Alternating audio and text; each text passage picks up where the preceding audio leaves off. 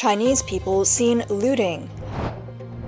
China's first AAA game criticized for shameless self-censorship by overseas players. Xiaomi's electric cars lose 60,000 yuan per sale. CCP's new tactic, annual house inspections to extract wealth. Xi Jinping's unusual praise of Deng Xiaoping highlights Beijing's political tensions. Gas workers' anti-monopoly protests in Changsha continue for months. A surveillance video shows that on August 22nd, more than 20 villagers swarmed and grabbed items placed in front of a shop in Chaozhou, Guangdong. The shop staff yelled at them to stop, but no one listened. Around 1 p.m. that day, the shop had left some goods outside. When the staff stepped away, many villagers seized the opportunity and took all the goods. When the staff noticed what was happening, they shouted and tried to stop it, but the villagers ignored them and continued taking things, and the situation got out of hand. As more people gathered, the looting became even bolder. Some villagers even brought bags to carry the goods. When the staff returned, a witness described the scene as chaotic, with villagers seeming completely unaware that their actions were illegal. Instead, they treated it as a chance to get something for free. The police arrived after receiving a report, but most of the villagers had already left. They began investigating the scene and said they would use the surveillance footage to hold those responsible accountable. The shop owner was very upset during an interview, saying their shop suffered heavy losses, and they were angry and frustrated by the blatant disregard for the law. This looting incident highlights the potential serious social issues that can arise from a lack of moral education in China. Those involved in the looting might have thought it was a free opportunity, so they acted quickly, ignoring both the law and basic social values. They believed that taking advantage of the situation was justified and assumed that they wouldn't be held responsible because there were so many people involved. In recent years, as morals have declined in the country, such looting incidents have become more common. For example, when large trucks have accidents and spill goods, instead of helping the drivers collect the items, nearby villagers swoop in and take everything, adding to the driver's misfortune. If there's surveillance footage at the scene, it can be used to identify those involved and hold them legally accountable, but if there isn't any video, the owner can only consider themselves unlucky. Since the CCP came to power, they have systematically destroyed China's 5,000-year-old traditional culture and the divine culture passed down through generations. They've wiped out the core values of traditional culture, like benevolence, righteousness, propriety, wisdom, and trust, as well as the belief in karmic justice, that good deeds are rewarded and evil deeds are punished. As a result, the land is filled with devastation, with moral values collapsing at a rapid pace. People who no longer believe in the divine dare to do all kinds of bad things. The moral corruption affects not only the older generations, but also their descendants. In recent years, numerous malicious incidents have occurred across China, where people have taken advantage of others' misfortunes to loot goods. These actions have also affected the younger generations in China. One video shows a woman who had just brought out a tray of buns, which were quickly grabbed by a group of children. The faster ones snatched over 20 buns, while the slower ones got only 2. One child even told the woman, "I didn't get enough to eat." The scene felt less like human behavior and more like something out of the animal kingdom. People's greed isn't limited to material things. Some even fake accidents to extort money from drivers, using their age as an excuse for their shameful and disgraceful behavior. In one video, an elderly man fell off his bike. A nearby driver, seeing what had happened, kindly rushed over to help him.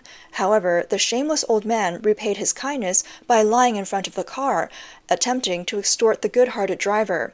It was scorching hot at the time, so the driver offered the man water and tried to shield him from the intense sun. Worried that the ground's high temperature would burn him, the driver urged the man to get up. But the stubborn old man refused to move. The driver, feeling helpless, called the police. Fortunately, the car's dashcam had been recording the entire event.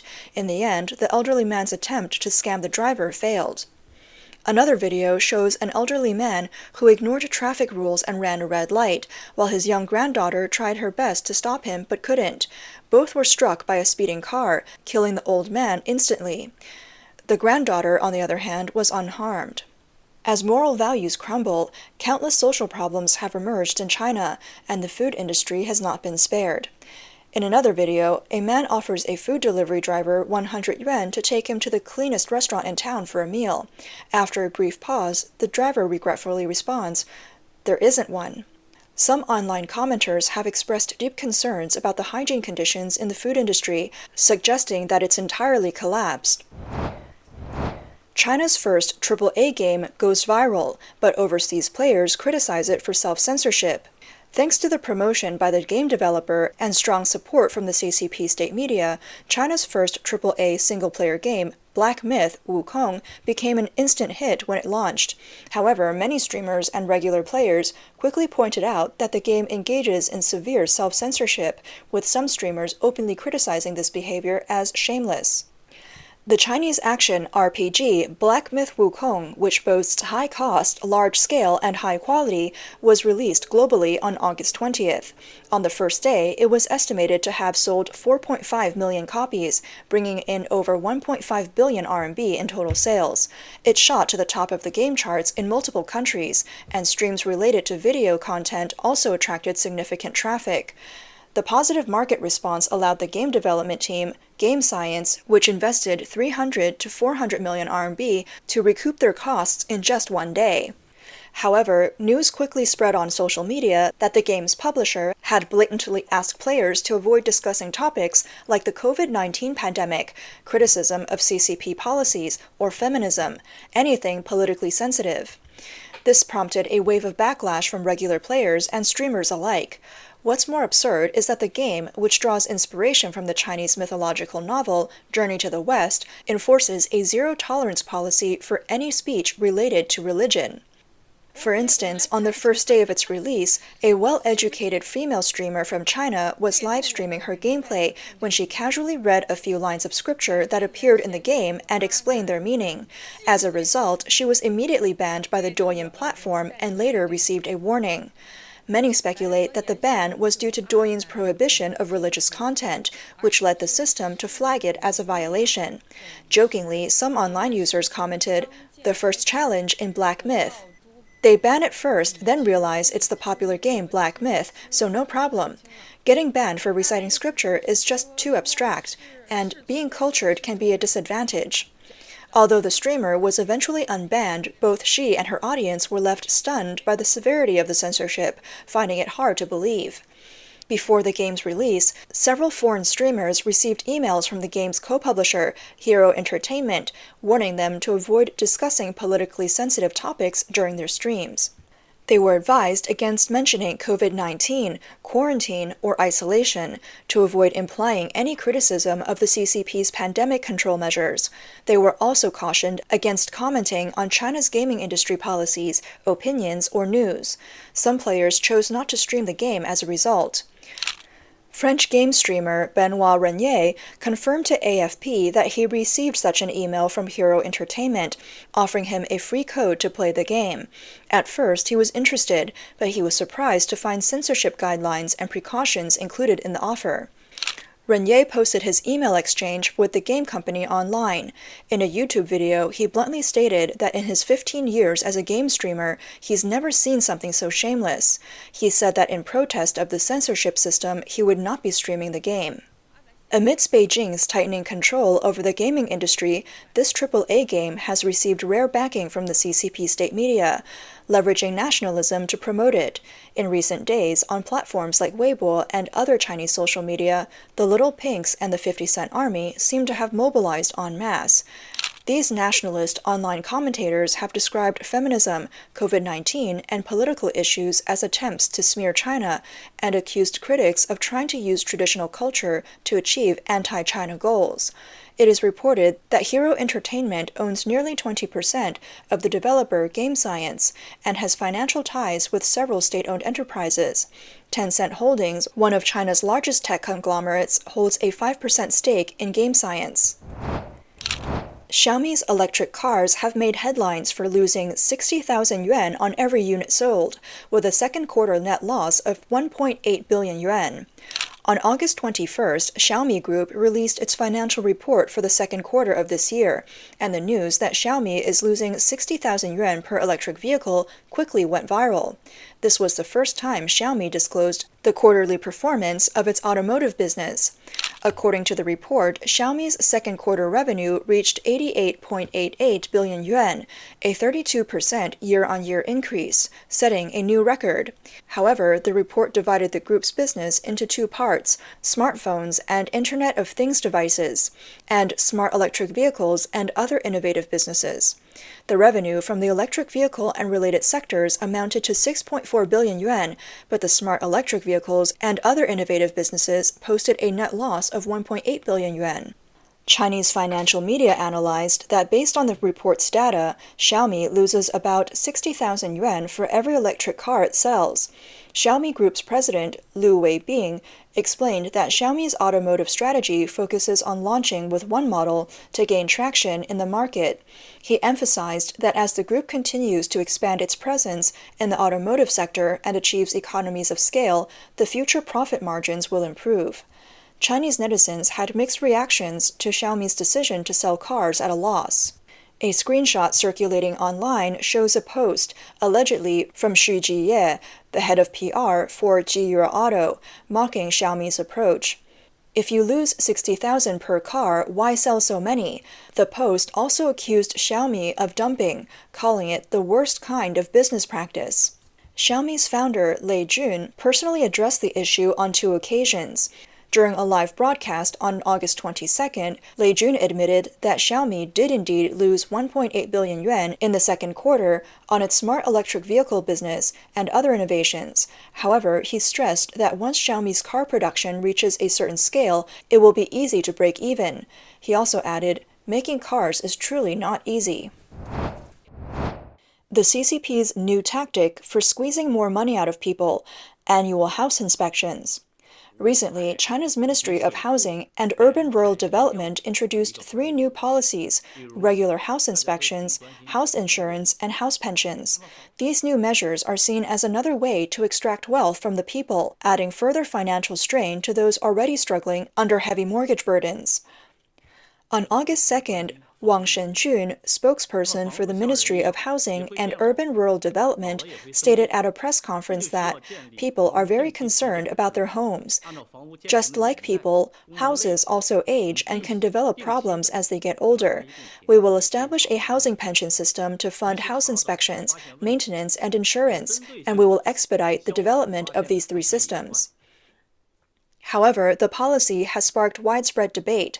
While it's being framed as a way to ensure housing safety, many residents are worried that the cost of these inspections will become an additional financial burden, especially for those already facing high mortgage payments, property fees, and other expenses. The introduction of yearly inspection fees could make things even worse for them. Some homeowners have also questioned the actual effectiveness of the inspections. They fear that the inspections could become a mere formality, with inspection agencies potentially colluding with property management companies, resulting in superficial checks that fail to address real safety hazards. In such cases, not only would residents' money be wasted, but safety issues in their homes would remain unresolved. A resident from Shanghai expressed, "I've spent most of my life savings on this home, and now I have to pay for inspections every year? For ordinary working-class people like us, this is quite a burden." Another netizen commented, "Many families are already under immense pressure. Adding inspection fees on top of that could be too much to handle." Another user remarked, "The CCP always finds ways to drain your wealth. House prices have fallen, so you can't sell your home? Fine, then pay for house inspections, insurance, and pensions. Shanghai has already started implementing this. And don't forget, property taxes are still on the horizon." This user further noted, the CCP is making a fortune off housing. First, they sell the land they seized. Then, they collect various taxes and fees during construction and sales, followed by mortgage interest, property fees, inspection fees, insurance, housing pensions, and finally, property taxes. After 70 years, they reclaim the land and start the cycle all over again. That's their perfect plan, though most of us won't live to see it. Their greed and wickedness knows no bounds. Another user commented, "This is just another way to justify extortion, but it won't solve anything. It won't even come close to covering the revenue shortfalls from unsold land. Local governments are already on the verge of bankruptcy." Xi Jinping's unusual praise of Deng Xiaoping reflects Beijing's dangerous political climate. August 22nd marked the 120th anniversary of Deng Xiaoping, the second-generation leader of the CCP. The party commemorated the occasion with high-profile activities such as publishing articles, issuing stamps, and holding seminars led by the military. Analysts believe that the sudden elevation of Deng is an attempt to soothe opposition voices and highlights the precarious state of Beijing's political scene. On the 22nd, the CCP held a memorial symposium at the Great Hall of the People, with the entire Politburo in attendance.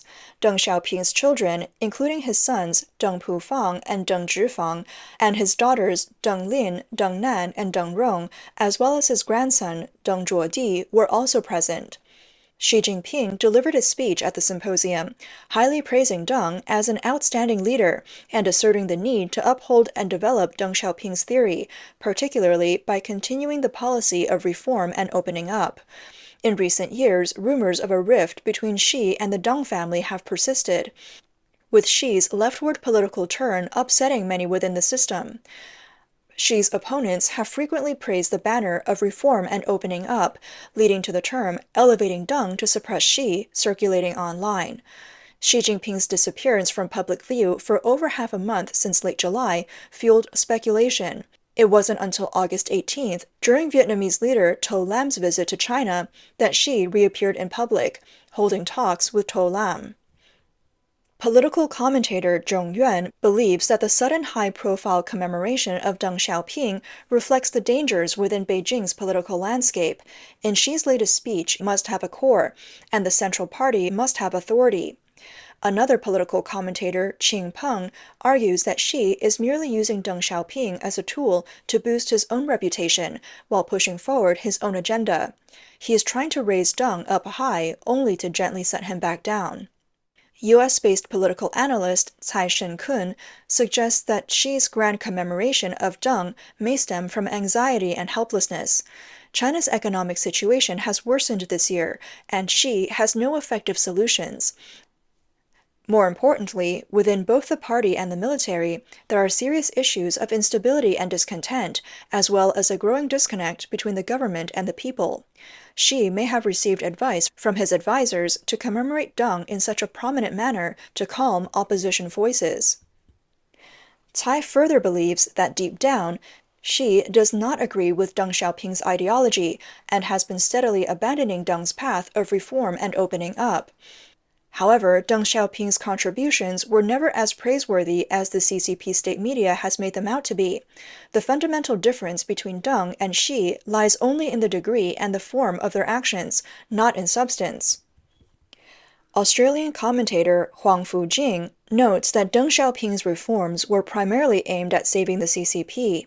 Deng understood that without reform, the CCP would collapse, and so he took the reform path. Ultimately, however, he couldn't resolve the political structure of CCP authoritarianism. All of the CCP's economic policies have had one goal: preserving the party's rule. Cai Shen-kun points out that Deng Xiaoping firmly upheld the CCP's one-party dictatorship, especially early in the reform and opening up period, when he laid down the four cardinal principles, drawing a clear line for China's reform. The bloody crackdown on the 1989 Tiananmen Square protests extinguished any hope for a democratic transition in China. Yuan explains that Deng's hide your strength and bide your time strategy once misled many outside of China, making them believe that the CCP could reform and that China could transform. Now, those illusions have been shattered. The CCP's true intentions are becoming evident, as even its own officials are no longer deceived.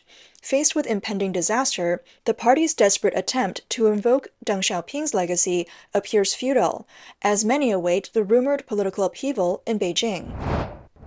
Gas delivery workers' anti-monopoly protests in Changsha have been going on for several months.